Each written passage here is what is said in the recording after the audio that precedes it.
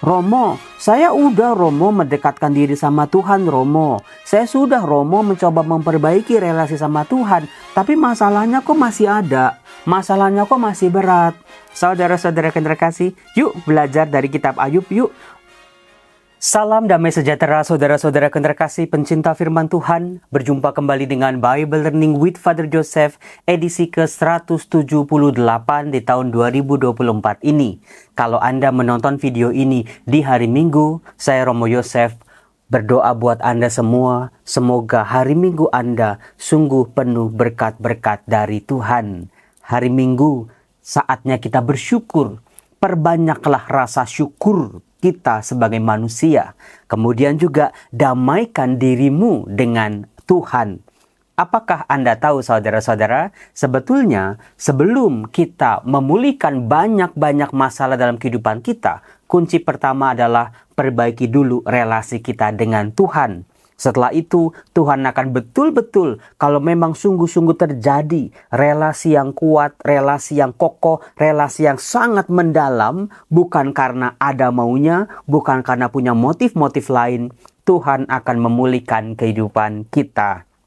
Saudara-saudaraku yang terkasih, apakah Anda tahu bacaan-bacaan yang dibacakan dalam perayaan Ekaristi hari ini itu diawali aja dengan kitab Ayub? Bayangin coba. Siapa sih orang Kristiani, pembaca kitab suci yang gak suka sama kitab Ayub? Romo, semua kita suka. Karena apa? Kitab Ayub ini betul-betul menjadi wajah kehidupan banyak orang. Ada 42 kitab Ayub, panjang sekali. Tetapi di situ ternyata setiap babnya, setiap kisah kitab Ayub itu sungguh-sungguh menjadi kekuatan betul-betul membuka wawasan kita bahwa Tuhan sebetulnya tidak pernah jauh dari kita. Termasuk ketika kita lagi teriak-teriak sama Tuhan, ketika kita lagi marah, ketika kita lagi protes sama Tuhan, sesungguhnya Tuhan tidak kemana-mana. Tuhan sedang mengajak kita untuk ayo berjuang lagi. Tanamkan rasa percayamu pada kemahakuasaanku. Begitu kata Tuhan buat kita. Saudara-saudaraku yang terkasih, sebetulnya ya, itu kan Tuhan sejak awal mengizinkan Ayub untuk dicobai oleh iblis, lalu Ayub kehilangan segala-galanya, lalu disitulah Ayub komplain, marah, kecewa, merasa hidupnya sia-sia, hidupnya tidak berarti. Dia merasa Tuhan itu kok nggak adil. Dia merasa kok Tuhan itu jahat untuk hidupnya. Tuhan kok tidak melenyapkan hidupnya saja. Kenapa Tuhan seolah-olah mempermainkan kehidupannya? Romo, kalau main game, kalau main petak umpet, kalau main congklak, itu mah seneng Romo. Siapa sih yang nggak seneng main? Setiap dari manusia itu suka sama main ya. Tapi Romo, nggak lucu lagi kalau hidup kita seolah-olah kita merasa sedang dipermainkan oleh Tuhan. Siapa di antara penonton Bible Learning yang pernah merasa demikian?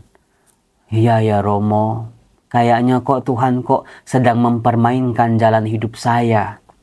Kenapa? Tuhan gak langsung jawab ketika Ayub marah baru di bab 4, di bab 5, di bab 6, sampai bab 10 deh. Tuhan jawab gitu doa-doa Ayub. Tuhan jawab pertanyaan Ayub. Tuhan menjawab dakwaan demi dakwaan yang dilontarkan Ayub. Kenapa harus sampai tunggu 37 bab yang panjang banget? Ayub sudah ditegur sama teman-temannya, Ayub bela diri, Ayub merasa tidak bersalah, Ayub merasa diri benar, Ayub merasa dia berhak betul-betul bahwa hidupnya ditolong oleh Allah. Dia merasa Tuhan yang salah, bukan dirinya. Bacalah bab per bab kitab Ayub. Maka saya Romo Yosef sebagai seorang pengajar, saya tuh di kampus mengajar salah satunya mata kuliah Sastra Kebijaksanaan atau Sastra Klasik Ibrani. Salah satunya saya selalu menampilkan kitab yang memang menjadi TOP BGT dalam Perjanjian Lama ini. Trademarknya Perjanjian Lama itu salah satunya adalah kitab Ayub. Di situ saya selalu mengajak mahasiswa saya mengajak umat-umat yang pernah mendengar pengajaran saya, jangan cuman baca kitab Ayub cuman di bab 1, bab 2, terus loncat ke bab 42. Itu mah baru pembukaan sama penutupnya saja. Tapi dagingnya itu ada di tengah-tengah, saudara-saudara. Hidup kita sungguh-sungguh akan dibaca. Hidup kita itu sungguh-sungguh akan kelihatan siapa diri kita, kualitas kemanusiaan kita, ketegaran pikiran, ketegaran hati kita yang tidak pernah mau disalahkan. Karena kita merasa selalu benar. Dan kita sudah berjuang untuk hidup benar. Ketika jalan hidup tidak sesuai dengan apa yang kita harapkan, tidak sesuai dengan apa yang seharusnya terjadi, kita marah, kita kecewa, kita mundur, kita menarik diri dari Tuhan. Saat kita punya masalah, lalu kita menarik diri dari Tuhan, percayalah hidup kita, masalah kita akan tambah berantakan. Romo, saya udah Romo mendekatkan diri sama Tuhan Romo. Saya sudah Romo mencoba memperbaiki relasi sama Tuhan. Tapi masalahnya kok masih ada. Masalahnya kok masih berat. Saudara-saudara yang terkasih, yuk belajar dari kitab Ayub yuk. Sebuah kitab yang sangat amat luar biasa. Dan saya akan tunjukkan saudara-saudara. Allah yang memperkenalkan dirinya, memperkenalkan rencananya, memperkenalkan kekuatan dan kekuasaannya, ternyata adalah wajah yang sama yang dilihat oleh para murid dalam diri Tuhan Yesus. Iya ya, Romo baru sadar karena nanti di bacaan Injil itu dikisahkan dari Markus bab 4 ayat 35 sampai 40. Bagaimana waktu itu para murid di atas perahu digoyang oleh ombak dan angin taufan yang dahsyat. Silakan Anda baca Ayub bab 38 ayat 1 sampai 11. Disitulah pertama kali pada akhirnya ya, itu Tuhan menjawab tantangan demi tantangannya Ayub. Romo, kenapa Romo Yosef bilang Ayub itu menantang Tuhan? Jadi saudara-saudara, kalau baca kitab Ayub, saya sudah pernah mengajarkan, kita harus mengerti konsep RIF. R-I-B, dibacanya RIF. Yaitu dalam dunia Timur Tengah, kalau ada dua orang yang berjanji, dua pihak yang berjanji, mereka deal, udah salaman. Kita berjanji ya, dilihat kewajibannya, haknya apa yang lahir dari perjanjian itu. Oh, aku harus bayar 50.000 sebulan kepada kamu gitu. Lalu kalau bayar 50.000 kamu bisa kontrak di rumahku. Itu perjanjian, deal-dealan.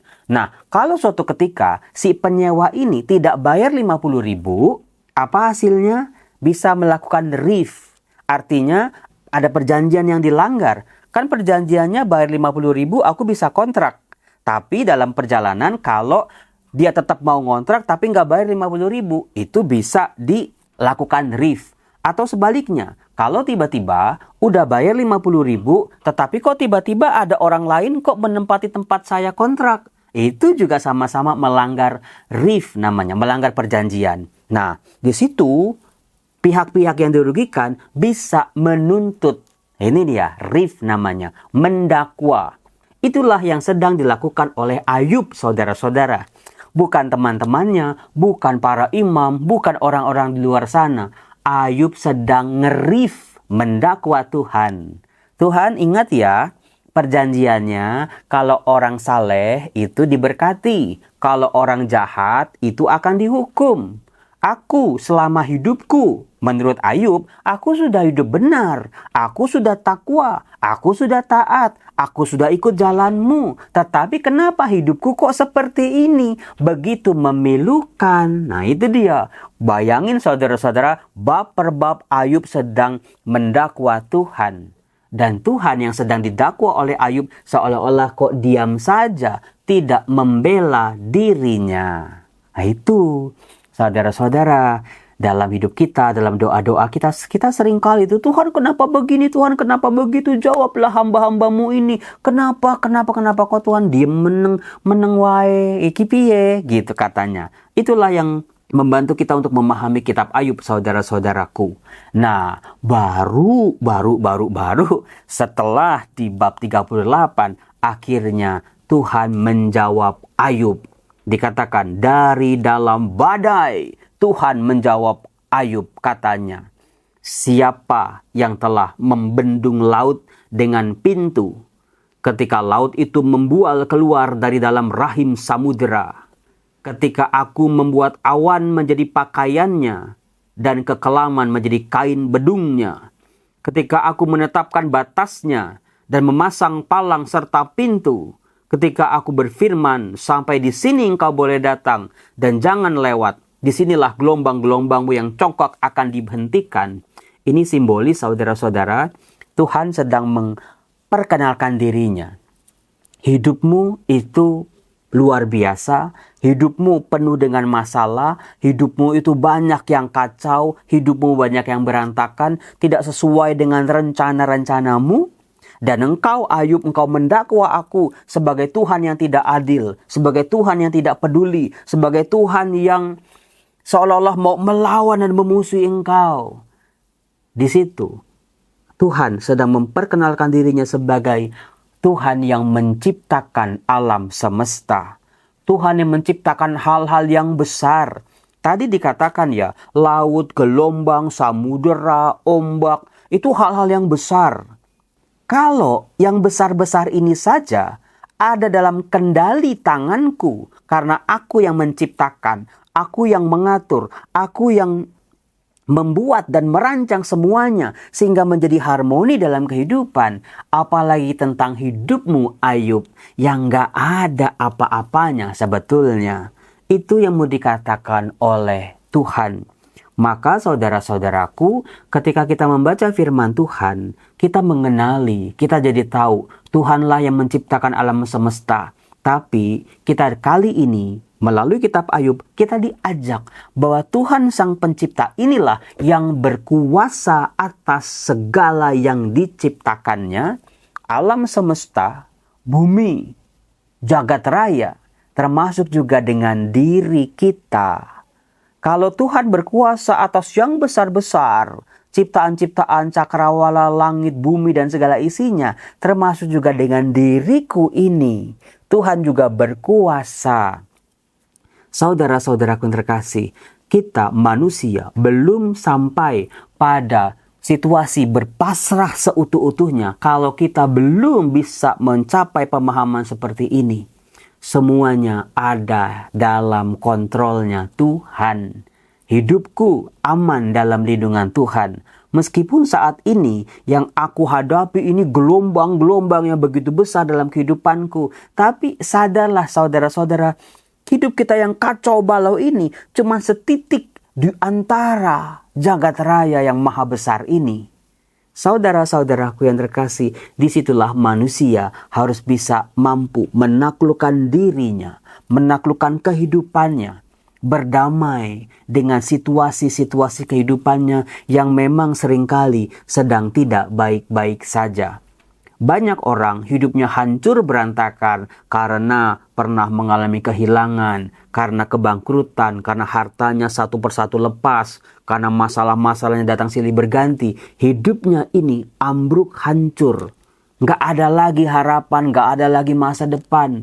Semua berkat-berkatnya seolah-olah hilang lenyap dalam sekejap. Seperti itu bukan yang namanya kitab Ayub. Tapi saudara-saudara, kalau Tuhan mampu menjaga, mampu mengatur ciptaan-ciptaannya yang maha besar itu, apalagi diriku. Kesadaran ini mudah-mudahan mengajak kita untuk tunduk di hadapan Tuhan. Tunduk dulu, ikutin dulu. Dengan sebuah kepasrahan, keikhlasan Tuhan, kalau memang menurut rencanamu harus ini, dan ini dulu yang harus aku alami. Aku terima Tuhan, aku terima, aku jalani Tuhan. Dan apakah Anda sadar saudara-saudara saat Ayub menyerah, diam. Setelah Tuhan menjawabkan, Ayub gak berani ngomong apa-apa lagi bukan? Anda bisa lihat itu setelah Allah menjawab Ayub ya, mendakwa balik si Ayub ini di bab 38, bab 39, itu Ayub di bab 39 ayat 34. Ketika Ayub ditantang sama Tuhan. Apakah si pengencam hendak berbantah dengan yang maha kuasa? Hendaklah yang mencela Allah menjawab. Ya gimana? Sepanjang 37 bab itu Ayub mencela, kesalahan-kesalahan Tuhan. Tapi lupa mencari kesalahannya sendiri. Mungkin Ayub nggak salah. Tapi yang diminta oleh Ayub adalah ketertundukan. Ayub, jangan sombong.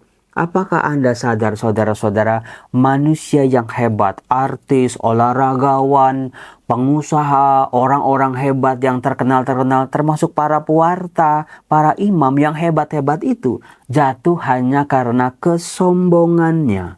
Itulah yang mau disadarkan oleh Ayub kepada masing-masing dari kita. Kamu hebat boleh, tapi jangan sombong. Kamu luar biasa boleh, tapi jangan merendahkan orang lain. Apalagi Tuhan yang mencoba direndahkan oleh Ayub. Maka di bab 39 ayat 36, Ayub menjawab kepada Tuhan, sesungguhnya aku ini terlalu hina. Beda kan? Selama 30 bab itu Ayub mencoba mencari dirinya yang benar, mendakwa Tuhan ini dan itu. Tapi begitu Tuhan menjawab, Tuhan, aku ini makhluk yang hina. Jawab apa yang dapat kuberikan kepadamu? Nggak bisa jawab, saudara-saudara. Nggak bisa ngomong. Inilah level dari ketundukan kita pada Tuhan. Ketika indera, mulut, bibir kita tidak bisa lagi berkata-kata. Pikiran kita tidak bisa lagi membela diri. Tangan kaki kita, harta benda kita apalagi. Tapi hanya tunduk. Seorang makhluk hidup yang kecil tak berarti ini merasa hina. Tunduk di hadapan kemahakuasaan Tuhan. Itu yang Tuhan mau dari Ayub dan juga dari kita. Kalau kita masih udah tunduk kok Romo, udah tunduk tapi kok. Kalau ada kata tapi buat Tuhan, itu belum. Tuhan dah tutup. Dikatakan, satu kali aku berbicara tetapi tidak akan kuulangi lagi. Bahkan 2 kali tetapi tidak akan kulanjutkan. Itulah ketertundukan. Tunduk bukan merasa diri kalah gitu ya, inferior dari Tuhan, tapi tunduk karena rasa percaya. Tuhan, kupercayakan hidupku dalam naungan-Mu. Lindungi aku, naungi aku di bawah kepak sayap-Mu Tuhan. Kiranya aku aman dalam perlindungan-Mu. Aku percaya masalahku yang sedang aku hadapi ini bisa aku lalui bersama-Mu dalam kepasrahan, dalam penyerahan diriku. Aku percaya Engkau Tuhan yang sanggup memulihkan kehidupanku. Nah, kemudian juga begitu Ayub sampai tunduk itu belum selesai, saudara-saudara, belum selesai. Masih di bab 40, Tuhan menantang Ayub lagi. Bab 40, bab 41, itu Tuhan menantang lagi, mendakwa, ngerif Ayub lagi. Baru nanti Ayub di bab 42 ya, ayat 1. Maka jawab Ayub kepada Tuhan, aku tahu bahwa Engkau sanggup melakukan segala sesuatu dan tidak ada rencanamu yang gagal. Pengakuan diri kita sebagai manusia. Singkirkan dulu tuh kesombongan, prestasi, nama baik, harta benda. Itu yang seringkali biang kusutnya. Saudara-saudaraku, yang diminta oleh Allah adalah kepada Ayub, tunduk dan mengakui. Aku tahu Engkau Allah yang sanggup melakukan segala sesuatu. Tidak ada rencanamu yang gagal. Untuk seluruh ciptaan ini termasuk untuk diriku. Firman-Mu, dengarlah, maka akulah yang akan berfirman. Aku akan menanyai Engkau supaya Engkau memberitahu aku. Hanya dari kata orang saja aku mendengar tentang Engkau. Tetapi sekarang mataku sendiri memandang Engkau. Ini dia. Ketertundukan, pengakuan diri, dan juga relasi pribadi. Tadi Ayub mengatakan, selama ini aku cuma dengar tentang Tuhan itu dari orang-orang. Baru kali ini. Aku, meskipun berkat-berkat banyak berlimpah, baru kali ini aku menyadari, aku mendengar Engkau secara langsung, mataku sendiri memandang Engkau. Oleh sebab itu aku mencabut perkataanku, dengan menyesal aku duduk dalam debu dan abu. 3 level pertobatan Ayub, saudara-saudara, hendaknya bisa kita ikuti. Perbaiki dulu relasi kita dengan Tuhan, maka Tuhan akan memperbaiki kehidupan kita yang amburadul dan berantakan ini.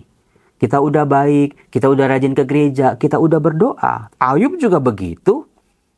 Orang sulit sekali kalau level ini ketuker-tuker ya. Wah, langsung relasi pribadi tanpa ketundukan, tanpa pengakuan menjadi sulit. Maka level ini harus dijalanin.